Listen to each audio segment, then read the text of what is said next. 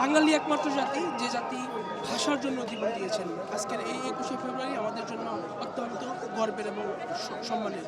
আমাদের ২৪কে যেমন ধারণ করতে হবে, ১৯৭১ সাল সহ ভাষা আন্দোলনে যারা শহীদ হয়েছেন সবাইকে স্মরণ করতে হবে। কারণ হচ্ছে তাদের আত্মত্যাগের বিনিময়ে আজ আমরা সবাই।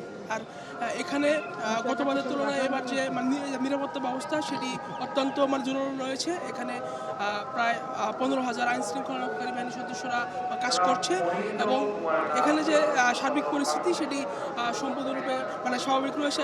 এখানে সর্বস্তরের মানুষ খুব নির্বিঘ্নে শ্রদ্ধা জানাতে পারছে ভাষা শহীদদের।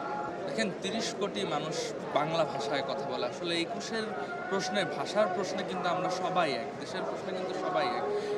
তাই আমার মনে হয় যে বরাবরই কিন্তু ২১ বাংলাদেশের প্রশ্নে, বাংলাদেশের মানুষের প্রশ্নে সবসময় ২১ প্রাসঙ্গিক। এবং বিগত কয়েক বছরও আমরা দেখেছি যে ফ্যাসিবাদ আমলে বলেন কিংবা নানান সময় কিন্তু আসলে এই ভাষা থেকে শুরু করে নানানভাবে প্রতিবন্ধকতা সৃষ্টি করে আমাদের ভাষাকেই কিন্তু আসলে রুখে দেওয়ার চেষ্টা ছিল।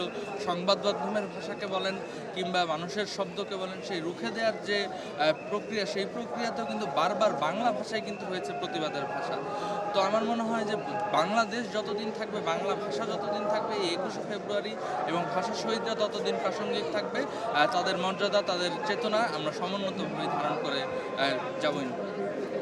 ভোরবেলায় আসতাম, অর্থাৎ প্রতি বছরই আমরা প্রথম প্রহর সহ ভোরবেলায় এসে আমরা খাবারের জন্য শহীদ মিনারে চলে আসতাম। তখনও বেশ নিরাপত্তা ব্যবস্থা ছিল, এবারও কঠোর নিরাপত্তা। সকাল থেকে আইন শৃঙ্খলা বাহিনীর কঠোর অবস্থান আমরা দেখেছি। ১৫,০০০ পুলিশ সদস্য ঢাকা মেট্রোপলিটনে নিয়োজিত আছে এবং এখন পর্যন্ত আইন শৃঙ্খলা পরিস্থিতি আমরা যেমনটি দেখছি, আইন শৃঙ্খলা পরিস্থিতি স্বাভাবিক রয়েছে। এবং আমরা গণমাধ্যম কর্মী হিসেবে আমরা তো আসলে শ্রদ্ধা নিবেদন করতে সরাসরি কাজ রেখে তো আর আসতে পারি না। আমরা আসলে মনে মনে শ্রদ্ধাটা নিবেদন করি। আমাদের আসলে শহীদ পাশাপাশি মুক্তিযুদ্ধ সবার প্রতি আসলে শ্রদ্ধা রয়েছে। জুলাই গণঅভ্যুত্থান যারা শহীদ হয়েছে তাদের প্রতি শ্রদ্ধা রয়েছে।